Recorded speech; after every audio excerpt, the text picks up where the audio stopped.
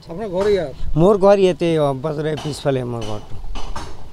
ইয়াত ব্ৰহ্মপুত্ৰ কিমান কেইদিনৰ পৰা ভাঙি আছে? আজি মানে বহুত দিনৰ পৰা ভাঙি আছে, কিন্তু যোৱাকালিৰ পৰা দুদিন তিনিমান ধৰি ইমান ব্ৰহ্মপুত্ৰ গৰাখহনীয়া টাউনত চলি আছে। এইখিনি আমাৰ যিখিনি চলি আছে, মানুহ ইয়াতে শত শত মানুহৰ ঘৰ বাৰী ভাঙি বিচ্ছিন্ন হৈ গৈ আছে।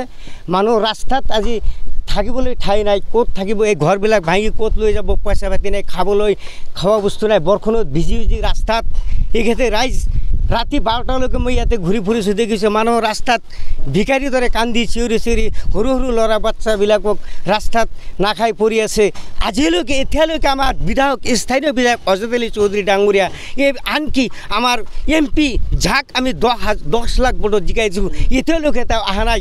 লাইভ চলি আছে নিউজত, একদম গোটা অসমত এইবিলাক প্ৰভাৱ চলি আছে, কিন্তু এতিয়ালৈকে এখেতৰ প্ৰতিনিধিৰ কাণত যোৱা নাই।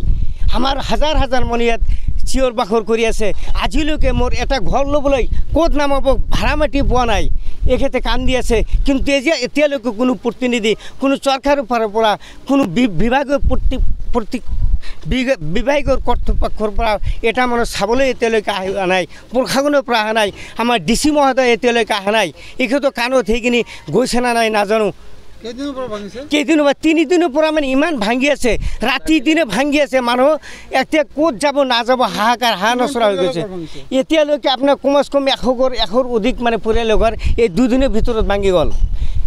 এইবিলাক মানুহে ক'ত যাব নাযাব। যেহেতু পঞ্চায়ত নিৰ্বাচন গৰম বতাহ গোটেই অসমতে চলিছে, ইয়াত যে গৰাখহনীয়া হৈ আছে, পঞ্চায়ত প্ৰতিনিধিবিলাক যিবোৰ নিৰ্বাচন কৰিব আহিছে, বৰ ডাঙৰ নেতাবিলাক নিৰ্বাচনৰ কাৰণে আহি আছে, সিহঁতে আহিছিলে নাই? সেইটো অহা নাই। আহিছিল আমাৰ এতিয়া অজত আলী চৌধুৰী ডাঙৰীয়া ইয়াত আমাৰ অহাবাদৰত সিদিনাখন আহিছিলে, তেওঁ অফিচ উদ্বোধনী কৰি গৈছে, কিন্তু এতিয়ালৈকে দুৰ্ভাগ্যৰ কথা সেই অফিচত এটা কথা তেওঁ মাত দিয়া নাই, যিয়াতে কিবা এটা প্ৰটেকশ্যন ব্যৱস্থা কৰিব লাগে।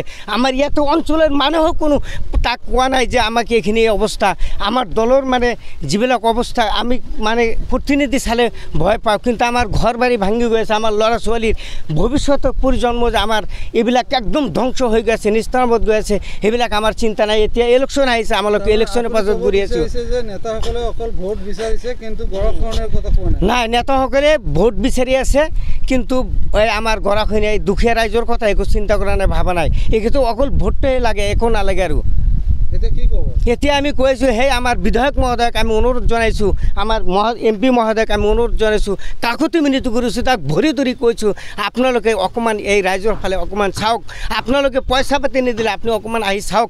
আমাৰ এতিয়া ইমাৰ্জেঞ্চি অলপ তৎপৰতা অলপ কাম কৰিব লাগে, ৰক্ষা কৰিব লাগে, আমাৰ ৰাইজৰ অকণমান সুবিধা লাগে। সেইকাৰণে আমি এখেতক, আমি প্ৰতিনিধিসকলক, চৰকাৰক, আমাৰ পীযুষ হাজৰিকা ডাঙৰীয়া জলসিঞ্চন বিভাগৰ মন্ত্ৰী, তাক আমি জোৰ ভৰি ধৰি কৈছোঁ, আপোনালোকে অনতিপলমে মাৰি অকণমান চাই যাওক। আমাৰ DC মহোদয়ক আমি, উপায়ুক্ত মহোদয়ক আমি কৈছোঁ, আপুনি অকণমান এই দুখীয়া গৰীব মানুহতে, কৃষি মাটিৰ গৰীব এই শ্ৰমিক মানুহসকলক অকণমান চাওক ইফালে, সেইটো আমি কৈছোঁ।